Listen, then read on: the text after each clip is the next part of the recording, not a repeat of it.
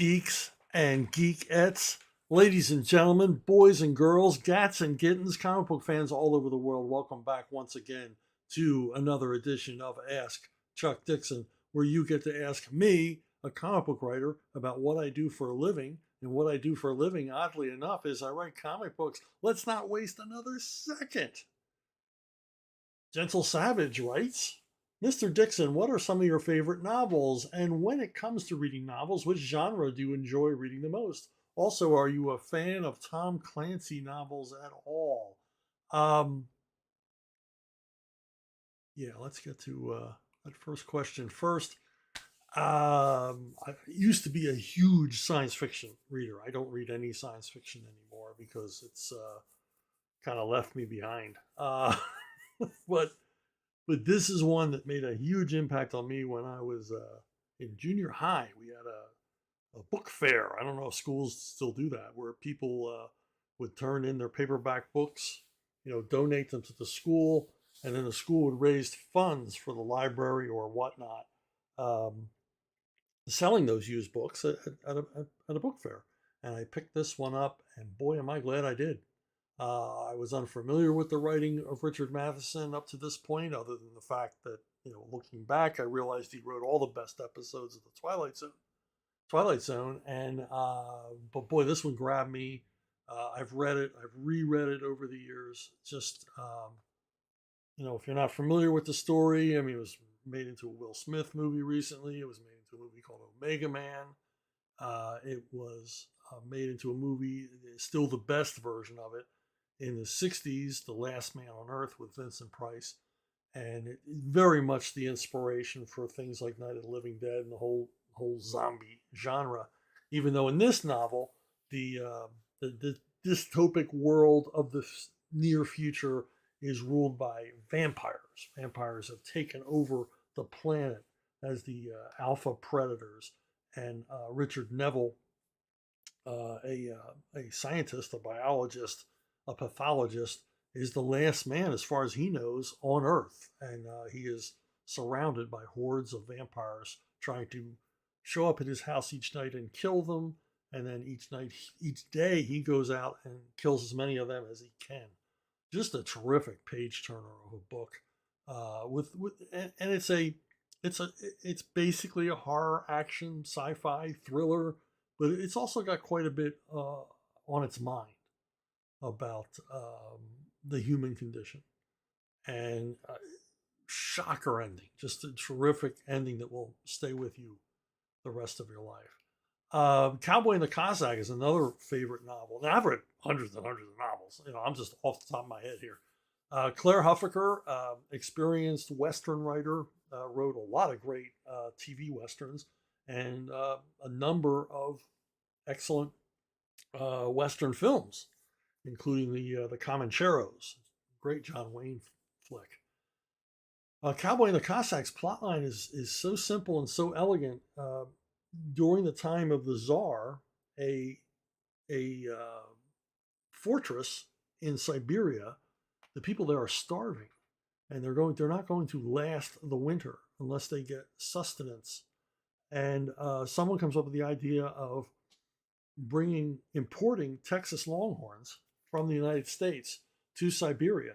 And not only do they import the Texas Longhorns, they import the drovers to drive them, because these Russian soldiers have no experience driving cattle, and Siberia is a big place. You don't want to go losing the herd, and it's a dangerous place. This is just one hell of a clash of cultures novel. Both parts of it, the Russian point of view and the cowboy point of view, are done to perfection. Huffaker knows what he's writing about. He writes with a great deal of authority, and it's just, I can't recommend it highly enough. It's another unforgettable novel. Whoops, I took it off there. Kahawa, Donald E. Westlake, prolific mystery and crime writer. I think this is the best book he ever wrote. He wrote a lot of crime caper novels, a dozen or more under the name Richard Stark, where he created the ruthless thief Parker. But this one, this heist novel, he wrote under his own name, and it's about a time period in the 1980s when the price of coffee worldwide was crazy. There was some kind of a blight that was wiping out coffee crops in, I believe, Central and South America. And so coffee prices became very, very dear. And so this gang of mercenaries in Africa get the idea that they're going to steal an entire train full of coffee in Uganda. And Uganda at the time was ruled by Idi Amin Dada, not the nicest guy in the world. So the stakes couldn't be higher. Not only these guys have the balls to steal an entire freight train loaded with coffee, all the boxcars loaded with coffee, but they're doing it under the nose of one of the most brutal dictators of all history. If you got caught by Idi Amin doing anything that he thought was bad, it was not going to be pleasant for you. So it's a terrific suspense thriller filled with terrific characters, and it's told. Westlake never wasted words, but this novel is told in a really spare, more terse than usual tone than Westlake usually uses, and it just rips along. I think I've read this book 3 times, and always find something new in it to admire. But just a terrific book that most of you probably never heard of. And Cormac McCarthy, can't leave out Cormac McCarthy, All the Pretty Horses. This was the first McCarthy book I read. I read it on a flight to California. I started it as the plane took off, and I finished it just before we landed. I never got out of my seat. My eyes never left the pages. McCarthy is compulsively readable once you get into the book. Plotline couldn't be simpler. A Texas cowboy seeks work in Mexico, falls in love with a Mexican girl, but she's way, way out of his league in her family's opinion. And this causes problems for him and his buddies, like really, really severe Cormac McCarthy level problems. I never read McCarthy before this point. This is my first experience with him, and wow, was I blown away. And as I've often referenced in previous videos about a prose writer's skill with words and what they can do with them, and the invisible hand of writing. There's a chapter in this book that fills you with dread as you're reading it, but there's nothing in it. McCarthy isn't using words to fill you with dread. He's like using pacing. It's just masterfully written, where his writing is never on the nose. He has a way of building dread like no other writer ever. And it's a chapter I've read and reread just to see, how did he do that? How did he make the hairs on the back of my neck stand up like that without anything specific in the words? And it's just through the pacing and his description of detail and everything else, he just creeps you out. So, those are just 4 of the men. There's probably plenty more. And if you ask this question again, I'll give you 4 different novels. Tom Clancy, I read Hunt for Red October. I was bored by Hunt for Red October. I understand it's supposed to be, it's wonderful because it's technically perfect. But as was revealed, and nothing against Clancy. I mean, he's a hugely popular best-selling author, just not my cup of tea. These are straightforward thrillers he writes. There's no attempt at nuance or surprise or anything challenging in his work. And I guess that's my problem with it. And he's renowned for, having being ahead of the curve. He's at the bleeding edge of military and spy technology and things like that. But as we learned over the years, he made a lot of stuff up too. And I understand that, because when I was writing the SEAL Team 6 books, I wanted to use a lot of advanced detection equipment and radar and sonar and microwave detection stuff. But, it's not like you can Google that and find out all about how it works. And so I would be able to find out the basics of something, the basic specs for like a sonar detection device. But there wouldn't be any details, obviously, because we wouldn't want these are classified information. So I would have to make the rest up, and sound convincing doing it. So I mean, I think that's what Tom Clancy did. He certainly knew a lot of people at the Pentagon, knew a lot of people in the intelligence community, so he's able to write with a great deal of authority. But even he couldn't know everything, and certainly couldn't write about it if he did. Rumor has it, or I don't know if this is hype, that his books were run past the CIA before publication. It could be true. It could be true. But it's certainly a nice piece of hype. My book's so dangerous, the CIA had to look at it before it was published. But again, I'm not taking anything away from Clancy. Obviously millions of people enjoy his writing. It's just not for me.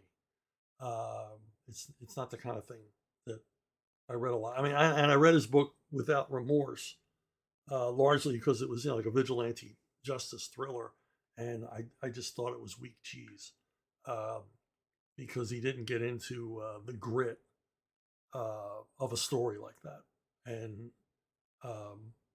it wasn't much of a deconstructed plot line in it either, which is something I look forward to in a vigilante story, and I write into my vigilante stories. So again, nothing real challenging, just meat and potatoes, tough guy thriller. So yeah, not a big Tom Clancy fan, but if you are, God bless you. I'm glad you enjoy it. Dan Perrin. I was a film student in my day, and so I have my own theories, but I'd love to know your take on how being conservative became a dirty word in modern day media. For me, it's ruined entertainment, and I'm so pleased there's older material to consume. Even more lefty material was better and more balanced not long ago. How did conservative become a bad word? Well, way back when I was in elementary school, and I knew what a conservative was, and I knew what a liberal was. My parents and friends of the family would have discussions about politics, and I would, I'm a fly on the wall. I'm just listening in. What are the grown-ups talking about? And enough that I understood, like in the 1964 election, that Barry Goldwater was a conservative, and what a conservative meant. And what a conservative meant to my parents, because they were very conservative, was conserving traditions, to not turn the world on its head, not allow radical ideas to do things like turn us away from the church, tear apart families, indoctrinate children in some sort of ideology. And a lot of that was going on at the time, and there's nothing new about this. And I remember in elementary school, I think it was sixth grade, one of the kids asked, what is a conservative? And the teacher answered that the conservative is someone who wants to turn back the clock. They want things to go back to the way they were, like back to the days of slavery and open racism. And I'm a sixth grader. I'm not going to argue with the teacher. I really didn't have the wherewithal to argue. I was a good one for arguing with teachers, but I wasn't on firm ground. This wasn't in my wheelhouse. I didn't really know how to respond to that, but I knew it was wrong, because my own parents. So that was the beginning of this teacher came out of a school where they taught her that conservatism bad, liberalism good, and it's not a hard argument to make to children. Liberalism, we're going to give everything away and everybody's going to be happy, and conservatism, we live in a dangerous world and we got to watch our backs, and we got to make sure that our traditions, the building blocks of our society, are intact, remain intact, are conserved. But it's not the it's not the way they were presenting it. And we see this everywhere, that in education, generation after generation was taught conservatism is bad. Liberalism is kind and loving and giving, which it's not. And conservatism is bad. It's a bad thing. So conservatives got whatever awful thing you can think of was applied to conservatives. And when I got out into the world, particularly at DC Comics, it was readily known I was a conservative. We would talk about things and I would give my opinion, and it was pretty damn obvious where I stood on the political spectrum. But assumptions were made about me that weren't true. That it came along that if you were a conservative, you were also a racist, you were also a homophobe, you were also all these other awful things. You were a warmonger, which couldn't be further from the truth. And all of these things got applied to the point where people would react to you based on these assumptions rather than what you actually believed or actually said. I actually had an editor who I was very close with and friends with said, I don't know why I like you. Because I was a conservative. How could you, and it's like, I don't think that way. I don't, and when you're talking about lefty entertainment that was good, I don't care the opinions of the creator who created the material I'm enjoying, the entertainment material I'm enjoying. I just judge the entertainment medium on its merits. I enjoy a lot of movies and particularly music created by people that I would never agree with. We would never vote for the same people. We would never agree on policies or the future of the country or even the past of the country. And but I can enjoy their work on its own merits as long as it's honest, as long as it's an honest portrayal and not propaganda. And there's plenty of examples of that. But like I said, I would have people in the comics industry openly tell me or openly accuse me or just assume that, I hated gay people, that I was a racist, and all because I was conservative. And conservatism has nothing to do with that. At its basis, what is a conservative? What do we believe? We believe in lower taxes, smaller government, a strong military, and personal freedom. And that's for everybody. I don't care if you're gay, straight, black, white, yellow, brown, we want that for everyone.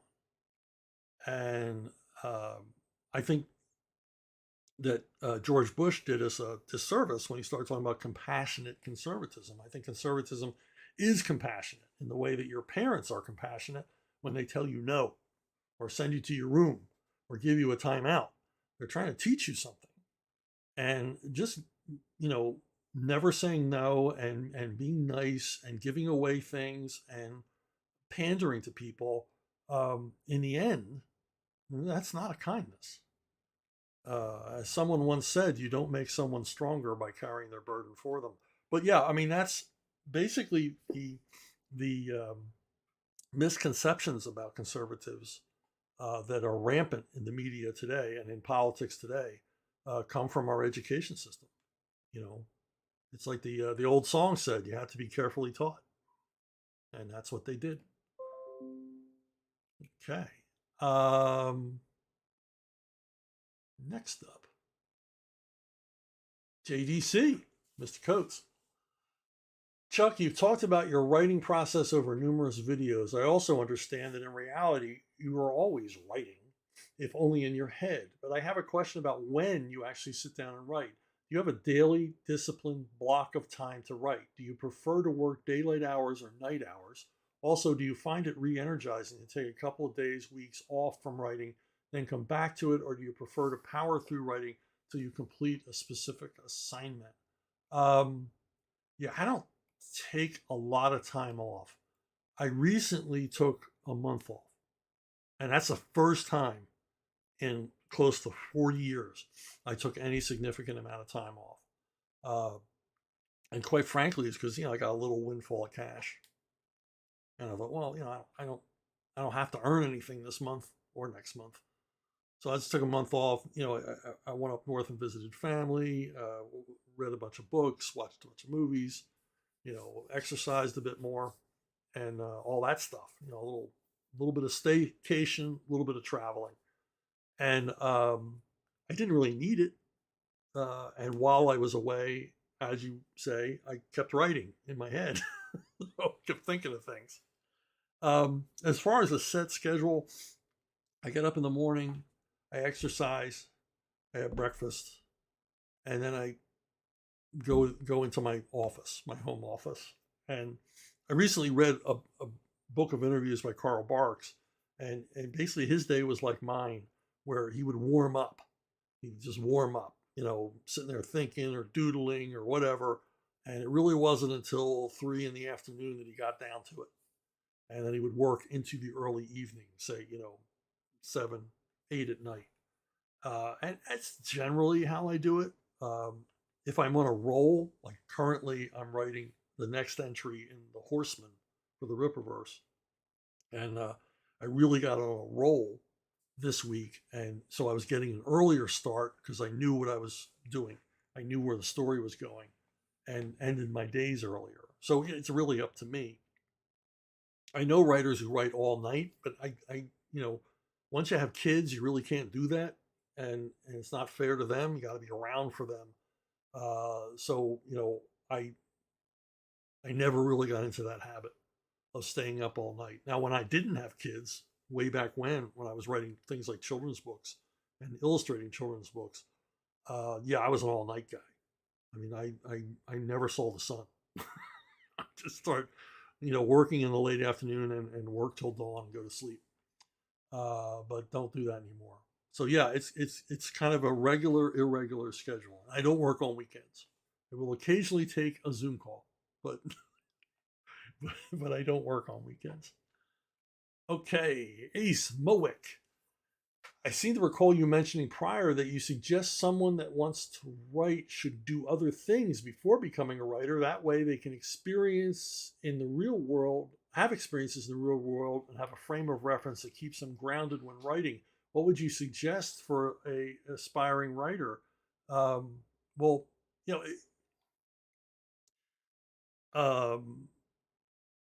if I had my druthers when I was a young punk who didn't know anything, I would have gone from high school right to a writing career, and it would have been the worst thing I could have done. I didn't have money for college. My family didn't have money for college. I was not the kind of student that was going to get a scholarship. And where do you go to learn writing anyway? Thank God I didn't go anywhere to learn writing because I would have learned all the wrong things. So I just dedicated myself to reading because I like to read, and I read a lot. And I read a lot of criticism. It's very, very important. Read books and then read a criticism of the book you just read. Go to the movies and read criticism of the movie you just saw. Gives you a different perspective. Sometimes it opens your eyes. So basically, because I couldn't afford college, I had to go get a job. And since I had absolutely no qualifications other than the dream of wanting to be a comic book writer, but certainly not the skills at the time, I went and worked, what I call donkey jobs. I was a stock boy at a department store. I worked as a janitor. I worked as a security guard. I drove an ice cream truck.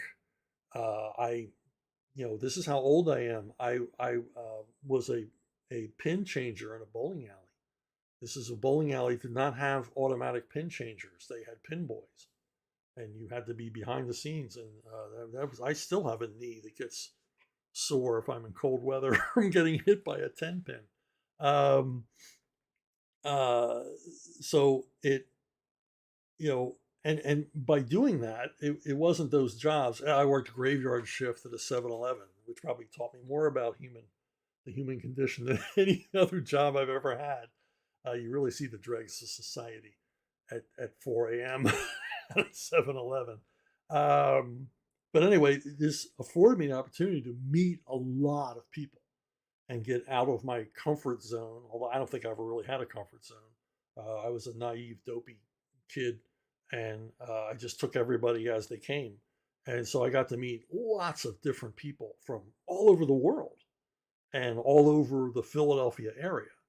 people that I otherwise would never have had the chance to associate with. And you talk and you learn and you listen, and you just meet a lot of people. And not only do you get the experience of working, but you, as a writer, you're unconsciously or subconsciously absorbing their experiences too, and their voices. So all these great voices that you hear from all these different people that you meet and their different stories. And I heard wild stories. I mean, I worked with a guy who survived a concentration camp, and his stories of escaping from a concentration camp in Poland in the final days of World War II. And, you know, I worked for a guy for a while who was a driver in the Red Ball Express in World War II. He drove a truck through, war-torn France, and all kinds of stories like that. I heard the stories about it from guards about an amazing bank robbery that didn't make the news. So all of these things, all of these stories, you're putting them in the hopper. As Friedrich Nietzsche said, a writer uses his own and his friend's intellect. So you're gathering material. Now, if you graduate high school and go to college for writing, or go to college for English, literature, or whatever, and then you graduate and try to pursue a writing career, well, the only thing you know is being a student, and you didn't experience anything. You've got nothing in your hopper. You didn't hear any of these awesome stories, because when you go to college, everybody's story is basically the same. You're not going to hear anything that amazing. So, all of the stuff is important, I think. And I think I'm a much better writer today. Not that I'm touting myself as a great writer or anything, but I'm a whole lot better than I would have been if I had gotten like an opportunity early on to write comics and just become a comic writer, at age 22 or 23. It's much better that I didn't get my full-time writing gig at Marvel and Eclipse until I was 32. And I had a chance to live a life, and have stuff happen to me, good stuff and bad stuff. And it all informed my writing. So yeah, I think personal experiences are an important thing. If you're going to have any kind of a lengthy or rich writing career. Christopher Cohen, if the Joker is able to lie about his origin so often, how does he remember each time that he hasn't previously told it when there's been some distance between the tellings? If he tells a different story each time, that would suggest a super level of creativity, almost like he has a knack for being a writer if he hadn't chosen crime. Thoughts? Yeah, I mean, I don't think he's that concerned. I mean, they always say to be a good liar, you have to have a good memory. I don't think he's that concerned with retelling a slightly different version of a version he told before. I don't think the Joker's concerned about much of anything at all. He certainly doesn't care about what people think about him. And in his current permutation, most of the people that hear his origin story, hear him tell it, aren't going to live to tell anybody anyway. So he could tell the same origin story over and over again, and it would be fresh. It would be like a stand-up comic's dream of literally killing his audience. That he would do his routine and his audience would die, and then he would move on to his next audience, and his material would always be fresh because there would be no one left who had heard it before. So I don't think he's that concerned about it, and he obviously has a freewheeling imagination. He's obviously his creative milieu is crime and doing this insane stuff that he does. And, so yeah, I don't think it's that important. He probably has repeated the same story a few times, but I think that, he lives in a fantasy world in his head. As Scott Peterson instructed me when I first got on the Batman books, he reinvents himself every morning. He just wakes up a different person. Twin Spin. Christopher Cohen, can you share which DC characters were on hold for Mark Millar? I'm sorry, I always mispronounce that. And did you ever pitch a story for Vertigo while at DC? I don't really remember. It was probably a New Gods thing, or I have a take on Hawk and the Dove, which I think is pretty cool. And I might have pitched that. And I know I pitched Kamandi as an all ages book. Now, which one of them was held by Mark Millar, I don't know. I suspect the New Gods was on hold for Mr. Miller should he end his exclusive contract for Marvel and deign to work for DC again, which he never did. He went off on his own to become the most successful comic book writer ever, with all of his movie and TV franchises and everything else. The guy's gold, you know, and hardworking man, Mark Millar. But I thought it was ludicrous at the time that characters were on hold for anyone. If they couldn't write it at that time, why would you let the character lay fallow? Particularly ridiculous when it's being held for a guy who was under exclusive contract to your competition and might never arrive. Were you going to hold that out? Like, we can't pay you more money, but you can write the Challenges of the Unknown if you come over here. We'll give you free reign as an inducement. Now, did I ever propose anything to Vertigo? Yes, for some reason, Axel Alonso took me upstairs to where Vertigo was to pitch. And I never directly pitched to Karen Berger because I think she didn't like me for reasons, detailed in one of my previous answers. She had a lot of assumptions about me and didn't want me anywhere near the Vertigo thing. But Axel Alonso had me put together a proposal for a couple of things anyway. And one of them was called Lady Sin. It was a pirate story. And I was hoping I'd get to work with somebody like Phil Winslade or one of the, Vertigo had an awesome stable of terrific artists working for them regularly. And I pitched this miniseries called Lady Sin, which, was rejected out of hand and later became El Cazador. I kept the basic principal ideas of it for when I did my pirate book at CrossGen. So, never waste an idea. It's basically it. Subscribe. Have you subscribed? Please subscribe. Have you subscribed and maybe have been unsubscribed? Because YouTube seems to be doing a lot of that. Check it out. See if you're still actually subscribed. Okay, twin spin. Why is there a twin spin? There shouldn't be a twin spin here. R.B. Probst. I've seen it said that Hollywood shouldn't remake popular movies. They should only remake bad movies, thus giving the concept another shot. Given that premise, what, in your opinion, bad movies would you like to see remade? Yeah, you're right. I mean, sometimes you get a movie, it's got a terrific premise and just a horrible presentation. The follow-through is just simply awful or dated. I would pick Logan's Run. It's a futuristic story based on a novel, and it's about a society where, in order to control the population, everyone when you reach your 21st birthday, you're executed in this ritual called the carousel.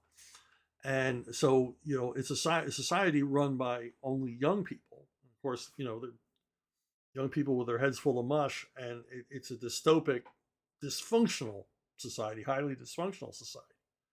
And Logan escapes from this into the rest of the world, finds out the whole world is not like this.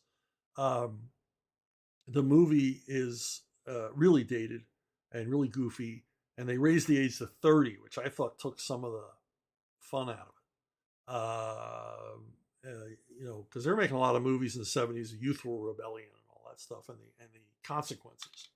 A famous cheapy drive-in flick, Wild in the Streets, basically dealt with the same premise on a much lower budget. So I would remake it, and to show just how awful a society would be, and this is more real than ever with the pushing of assisted suicide, our aging population. I mean, this movie's more relevant now than it was in the 70s when there were concerns about overpopulation, and today we're concerned about underpopulation. You have a number of countries facing a desolate future because there aren't going to be as many people because the birth rates have gone down so low. I mean, we're looking at, if if you're 30 or under, you're looking at a very, very different world as you get older, because things are going to change dramatically in society, economies, and all the rest, because of a largely shrinking population across the world, throughout Asia and the West. Another one is Damnation Alley. Damnation Alley is George Papard and J. Michael Vincent. Another dystopic future thing where there's been a nuclear war and the world's irradiated, except for this one pathway across the United States called Damnation Alley, which is free of radiation and safe to travel on, but only if you have a vehicle like this, beast of an armored truck called the Landmaster.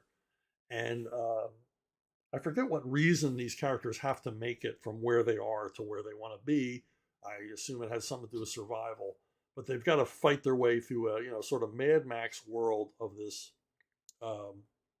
swath of unirradiated landscape, hellscape across the United States, and they face mutated humans and mutated bugs and all kinds of other dangers. And the premise is so good; it's such a solid, like concrete foundation for a sci-fi action film. I don't know why they've never come near this one. It's not a great movie, but it's got a great premise and deserves to be revisited. Bonfire of the Vanities was a disaster. It was a disaster at the box office and almost brought down an entire studio because it bombed so badly and it cost so much money to make. And it's Bonfire of the Vanities is based on a Tom Wolfe novel about basically the changing face of racial injustice in America, and how we can see the fruits of it today, where our society is being turned on its head uh, by shifting concerns about racial equality and equity and things like that. And in it, the Tom Hanks character is a guy. He's a Wall Street guy. He's what's called a master of the universe, and he makes a fortune on Wall Street. And he lives in this fantastic Park Avenue apartment with his wife Melanie Griffith, and it's all wonderful until one night he gets lost on the Long Island Expressway, gets off at the wrong exit, and he gets involved in a hit and run with a young black kid, and the total deconstruction of his life as he's fed into the jaws of the media and the New York justice system. It's a terrific story and really should be remade as a mini series on Amazon or Netflix. It's The movie was a mess. They handed it to Brian De Palma. This was not the kind of movie Brian De Palma should have been given to make. He got really, really indulgent with the budget, and just blew the schedule, blew the budget out of the water with just crazy demands and insane shooting schedules. And I think at one point, there's a whole book written on this. I think it's called The Devil's Candy. And he blew $500,000 because he wanted this shot of the Empire State Building. He heard that if you at a certain time of day, you could look past the Empire State Building and see airplanes at sunset landing at JFK. And they spent weeks setting up that shot for what appears on screen for seconds. It cost $500,000 for just literally 48 frames of film. And things like that, and a woeful miscasting and race swapping. The Bruce Willis character he plays, a reporter, was originally supposed to be an alcoholic Englishman. Morgan Freeman, his character, he's a judge, was supposed to be played by a Jewish guy, and it's very, very important in the story that he be a Jewish guy in Wolf's version. And just a mess of a movie, just a horrible, horrible waste of everyone involved, and really deserves to be revisited. Kane Dor In today's ACD, number 204, you spoke about SEAL Team 6 novels and indicated you basically taught yourself how to write a novel while writing them before moving on to your own work, beginning with Bad Times. Can you talk more about teaching yourself how to write a novel? How did you start off approaching novels? What were the biggest challenges in learning to write novels? What surprised you about your journey, and any additional insight along these lines? When you look back on it, did it go the way you thought it would? If not, why not? Um, yeah, I read a lot of novels, as I stated earlier. I'd read a lot of novels, but reading and writing are literally two different parts of the brain. So I had to start thinking about I obviously had written hundreds and hundreds of comic book stories. I knew that a story needed a beginning and a middle and an end, as everyone tries to instruct you. Um, I also knew from my own experience that you had to meet the expectations of your readers. In other words, if you wrote a horror story, it had to be scary, but then you had to exceed them. You couldn't just give them exactly what they wanted, or people get bored. So I knew that, and I also knew that novels were a lot of work, and building a novel was a lot slower than writing a comic script. I mean, yesterday I wrote 10 pages of comic script, which in a novel would have been, the story ground I covered would have been like 15,000 words. I've never come close to writing that many words in a day.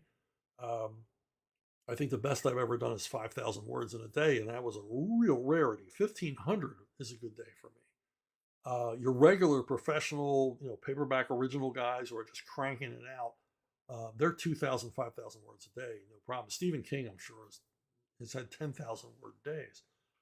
So I had to learn to slow down. I had to think more about dialogue. Comics don't have a lot of real estate. There's only so much room for dialogue. So I had to think in a different way about dialogue, actual exchanges that would go places and carry the story as well.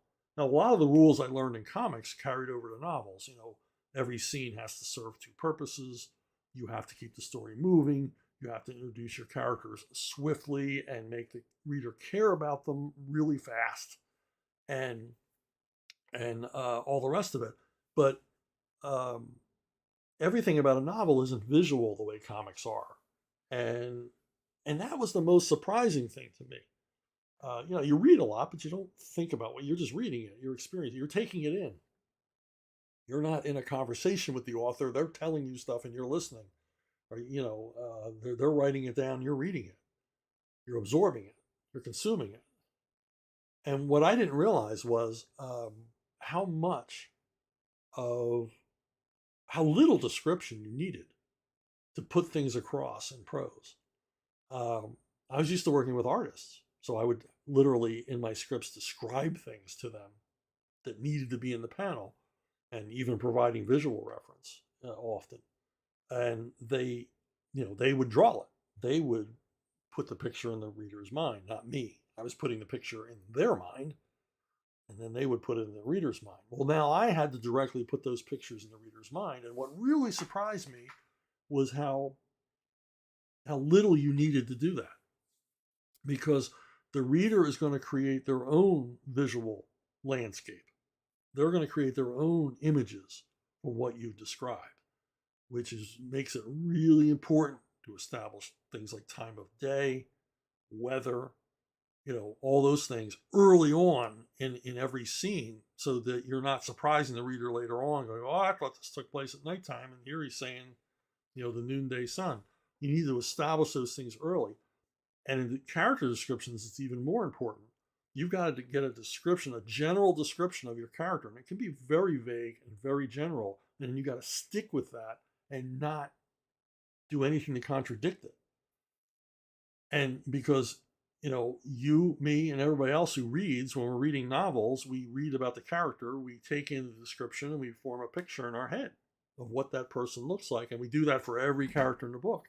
So it's important to establish those things, but I found out you can really just sketch it in, and as long as you don't contradict it, you let the reader project themselves on that story, and that surprised me. And The other thing that surprised me was when you're writing a comic book, you know I'm writing to page 22, I'm writing to page 24, and you know you've got to format it so it ends, with a proper ending or the proper cliffhanger or proper whatever, dramatic moment at the end. Whereas with writing novels, it's like they can be as long or short as you really. Once you pass 35,000 words, in my opinion, you've written a novel. Now how much further you go on is up to you. It depends on the story. Um, so it often surprised me in writing. I would write something toward the end. I'd be on what I call the downslope.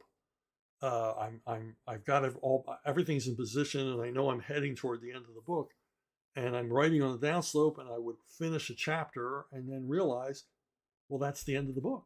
Like, there's no more story. I'm not a big denouement guy. I don't go on and on, beyond the end of the story. So I don't do a lot of schmaltzy tags or anything like that, or epilogues. Oh my god, I hate epilogues. So when the story's over, it's over. Go home.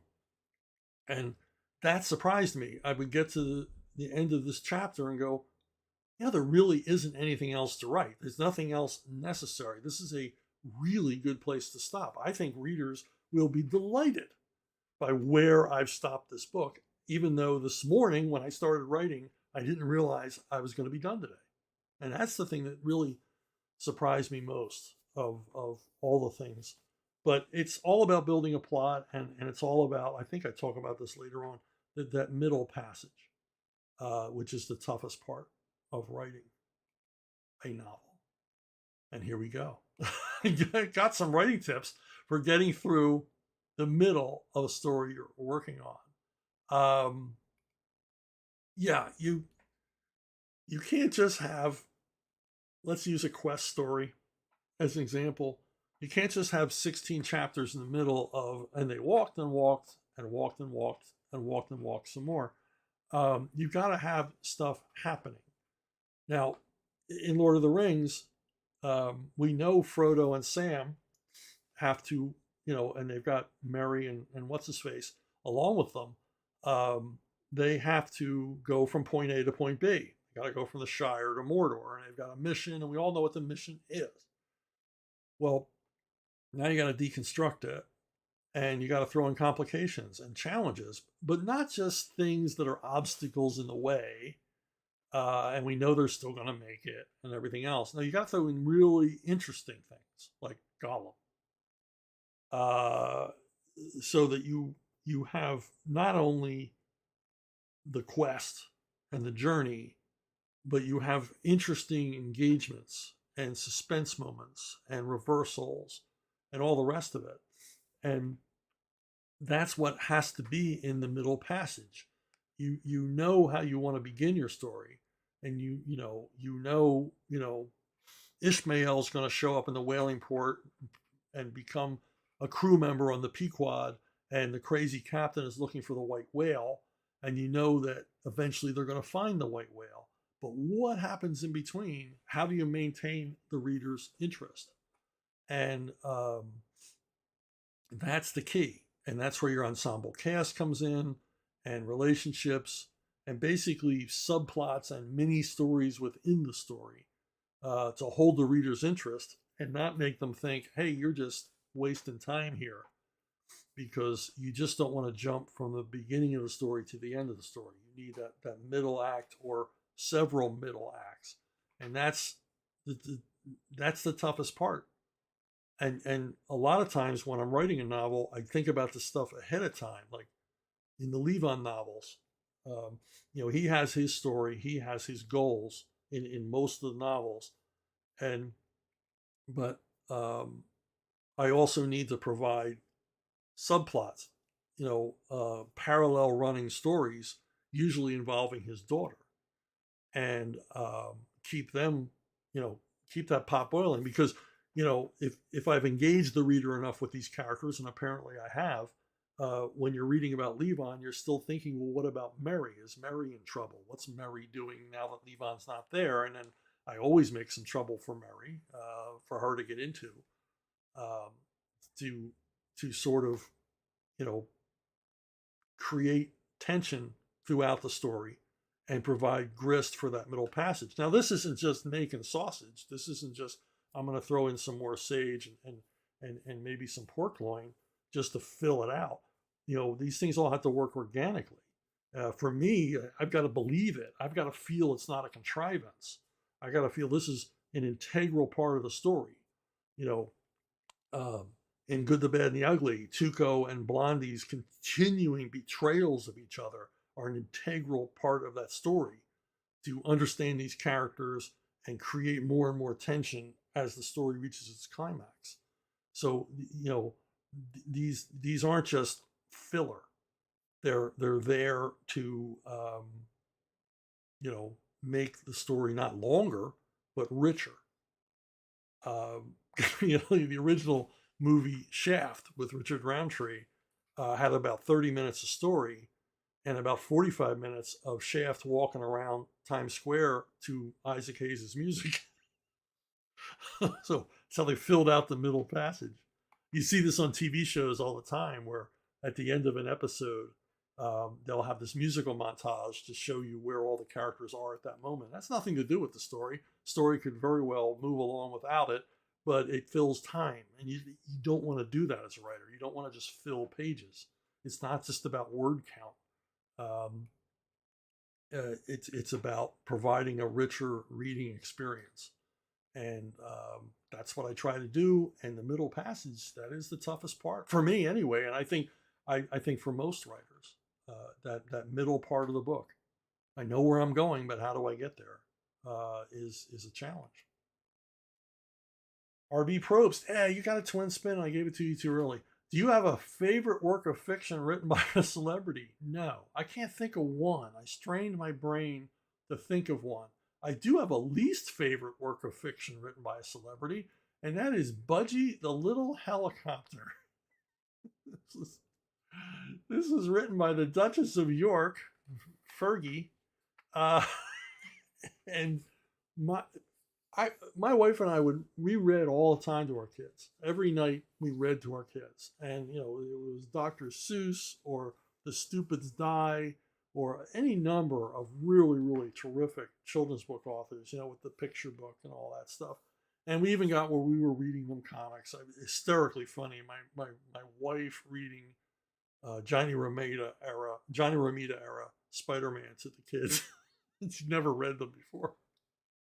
And just appalled at some of the dialogue. Anyway, our kids generally had good taste in children's book literature. They really, they liked the good stuff. And but for some reason, our oldest loved Budgie the Helicopter. I don't know where we got this book or why we got this book, but he loved it. And we never let him know there were sequels. And he wanted it read every night for months. And it is just saccharine crap. It's just awful. And nothing against Fergie, but the weirdest thing about it is if we would try to edit it, because we knew the book by heart, if we would try to edit it, like leave sentences out, my son would go, "Yeah, but what about?" And he would have to read the line anyway. So after a while, we stopped editing and we just read the whole thing like robots. So, but hey, if you have kids, you got to read to them. Twin spin. Yeah, see, there was your twin spin. I had the one too early. Now with 10% more Ignatowski. Ignatowski's back with, if you could pick a cartoon series to write a monthly comic book for that you haven't done yet, which would it be? Hands down, the Jetsons. I would love to write a regular Jetsons series. First of all, I love the Jetsons. It's the only Hanna-Barbera product that I like, that I think was smartly written, at least for the beginning. It got stupid toward the end of the first season. I think at the beginning of this series, Hanna-Barbera were so busy with the Flintstones, the enormous success of the Flintstones, that they kind of left the Jetsons to a creative team to create, and then later in the season got involved. because there's definitely a decline in quality on the series. But boy, I love the Jetsons. It's smart and funny and goofy, and also, unlike any other Hanna-Barbera series, has a, sort of a hint of a dark side to it. We learn in one episode there's a curfew, and the robot police enforce. That kind of stuck with me. There's a number of other things, about George's life. George was so desperate to keep his job that it makes you wonder, well, what would happen if he lost it? So largely, I would like to write about the Jetsons, about the silly predictions of the future, and told from a '50s perspective, but also kind of move it up into the '80s perspective of the future, and lean into that darkness a little that was hinted at in the original series, and how would George react to a Road Warrior type situation or a Total Recall type situation, and largely make the Jetsons into a parody of other science fiction franchises. I mean, it's perfect. It's perfect for that, and I would love to do it. I would love to. I've written one Jetson story back when DC was doing a lot of Hanna-Barbera stuff. I got to write one story for the Jetsons, but I would love to write more and really put the family through the ringer. Judge Dredd. I mean, come on, a Judge Dredd parody with the Jetsons. I mean, hysterical. Triple spin. Oh man, I missed the question here. Where's the question? There it is. Do you think the reputation of the sequel always being worse than the original might have less to do with sequels being inherently more challenging to write than the first installments, more to do with people in the film industry phoning it in once they got brand recognition? I think what you got going on here. Hold on, I am really messing up the images here. Okay, yeah, let's take the Die Hard franchise. Okay, you get Die Hard, the first movie, everybody's wild about it, enormous success. It's different. It's a different kind of story. It's got all the elements of a popcorn flick, crowd pleasing flick.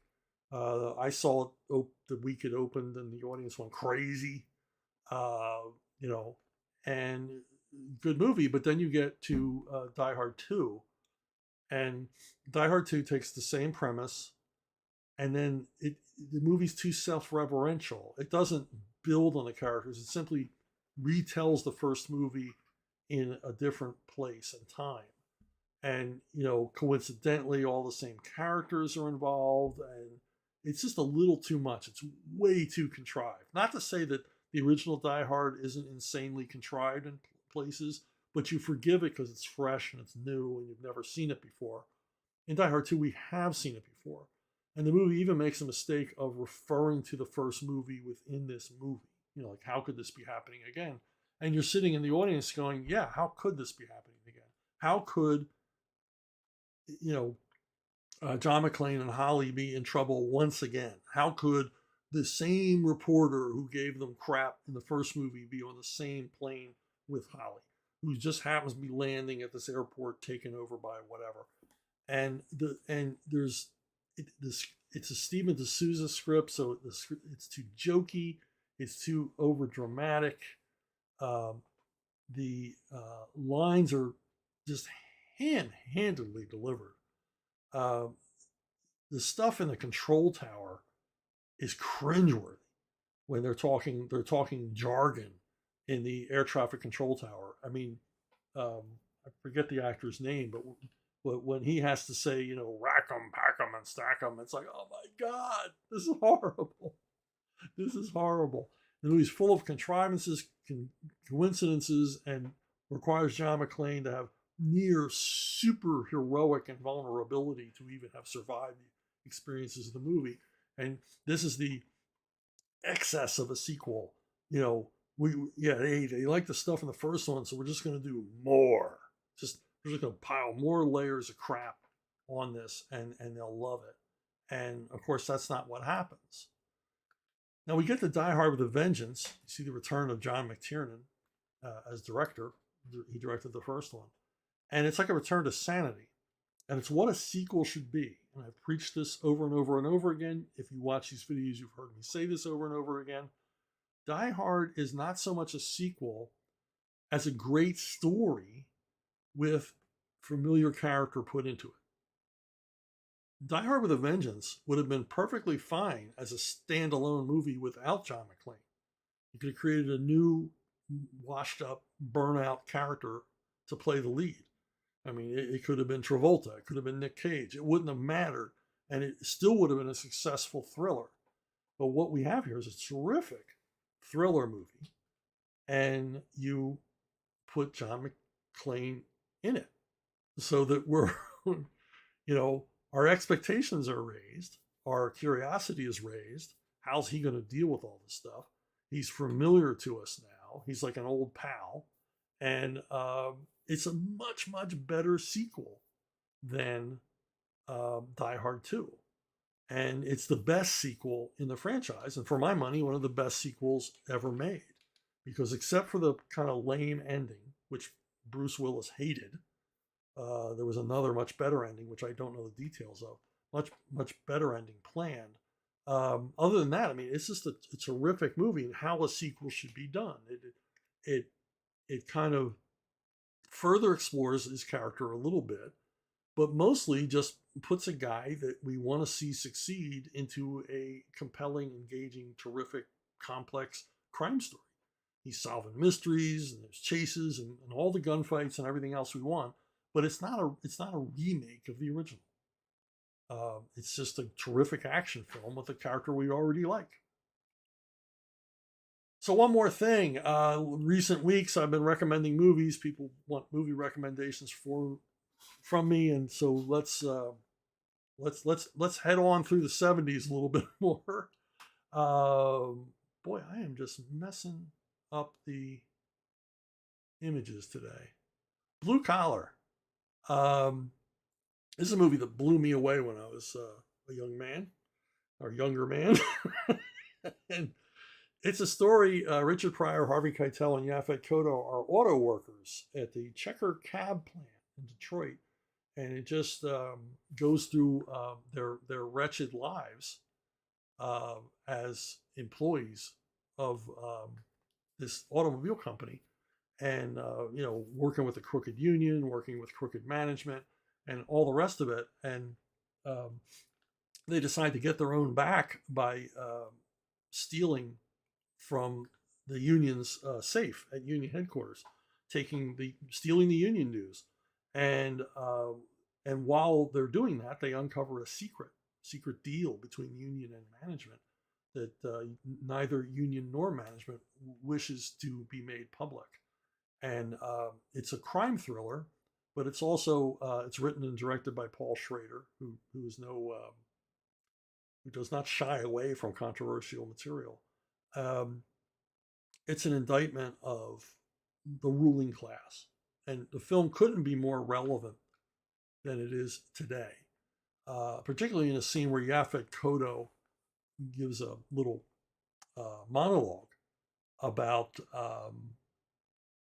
the state of the world. And I'm paraphrasing here, but basically he says they pit the whites against the blacks, the old against the young, the lifers against the new boys. And it's all, to keep us down here and not, going up to the plantation and taking them out. So it's a class struggle movie that when I was younger and working blue collar jobs, I really felt. This movie encapsulated my frustration and anger at what it was like to work a low wage job and try to make it, try to have enough money to walk around on the planet and have some dignity. So big impact on me. A lot of suspense in this movie. Not the feel good movie of the year, but a good one if you've never seen it. And don't have the kids in the room when you watch it. That's all I gotta say. It's a Paul Schrader movie. Go Tell the Spartans. 78 saw another great Vietnam War flick, Boys and Company C. This is the beginning of them making movies about the Vietnam War. This one is largely just an action flick. Burt Lancaster in the lead, and it's, you know, the time worn story that I love, the beleaguered outpost, the forward operating base that doesn't have enough weapons, doesn't have enough ammo, doesn't have enough men to keep the enemy away from them, and you know, things just go to hell across the course of this movie. It's a pretty solid war action film, and of course, being about Vietnam, it tries to be a little bit deeper about the nature of war, and a little bit more of the anti-war elements in it that were typical at the time. And strangely, also features Craig Wasson in the cast because he was in Boys and Company C as well. So he was, you know, 1978. He spent most of the year in uniform, but it's a good one if you can find it somewhere. Going South. This was a Western produced and I believe written and directed by Jack Nicholson. It's a Western comedy, but it's kind of cool. It's kind of like a lot of the other 70s Westerns that tried to be as realistic as possible, to present as realistic a portrayal of the Old West as possible. And this one succeeds. The basic story is Jack Nicholson's going to get hung for horse thieving. And on the gallows, he is offered a choice. Because there aren't a lot of menfolk in town, he's offered the choice of hanging or marrying one of the widows in town. And he opts wisely to marry Mary Steenburgen. And this is Mary Steenburgen in her first film. She was in Jack Nicholson's Discovery.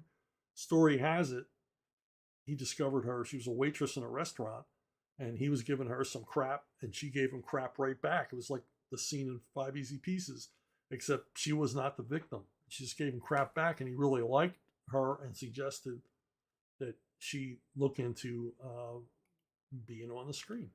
So, but it's like I said, it accurately, you know, as accurately as a movie can, portrays the Old West. And Jack Nicholson, you know, we forget this, but you know, in addition to Missouri Breaks, he made two very groundbreaking low budget westerns in the 60s, The Shooting and Ride the Whirlwind. So he's a big fan of the genre, and he appeared dozens and dozens of times in TV westerns as you know, ne'er-do-well creeps that he was so good at playing. And then the film also features some terrific character actors, including Christopher Lloyd and John Belushi in his first big screen appearance. So it's worth checking out. It's a funny movie too. Why am I messing this up so bad?